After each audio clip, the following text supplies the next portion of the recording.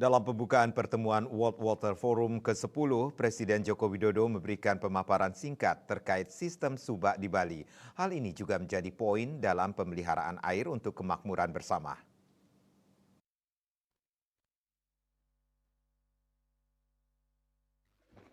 Presiden Joko Widodo mengungkapkan masyarakatnya memiliki nilai budaya terhadap air, salah satunya adalah sistem subak di Bali yang dipraktekkan sejak abad 11 yang lalu dan diakui sebagai warisan budaya dunia.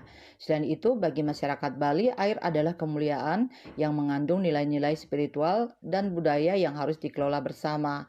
Hal tersebut sejalan dengan tema tahun ini yaitu air bagi kemakmuran bersama yang bisa dimaknai menjadi 3 prinsip dasar, yaitu menghindari persaingan dan mendorong pemerataan, mengedepankan kerjasama inklusif termasuk penggunaan teknologi dan pembiayaan inovatif, serta menyokong perdamaian dan kemakmuran bersama di mana ketiganya hanya bisa terwujud dengan sebuah kata kunci yaitu kolaborasi.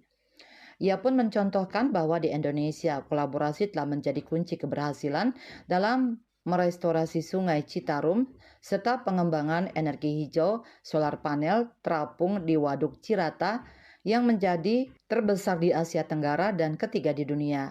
Lebih lanjut dikatakan bisa dibayangkan dari 72% permukaan bumi yang tertutup air, hanya 1% yang bisa diakses dan digunakan sebagai air minum dan keperluan sanitasi. Bahkan di tahun 2050, 500 juta petani kecil sebagai penyumbang 80% pangan dunia diprediksi paling rentan mengalami kekeringan. Ia pun mengingatkan bahwa air adalah sumber kehidupan. Air juga merupakan simbol keseimbangan dan keharmonisan. Dewa Sanjaya, Bali Pos melaporkan.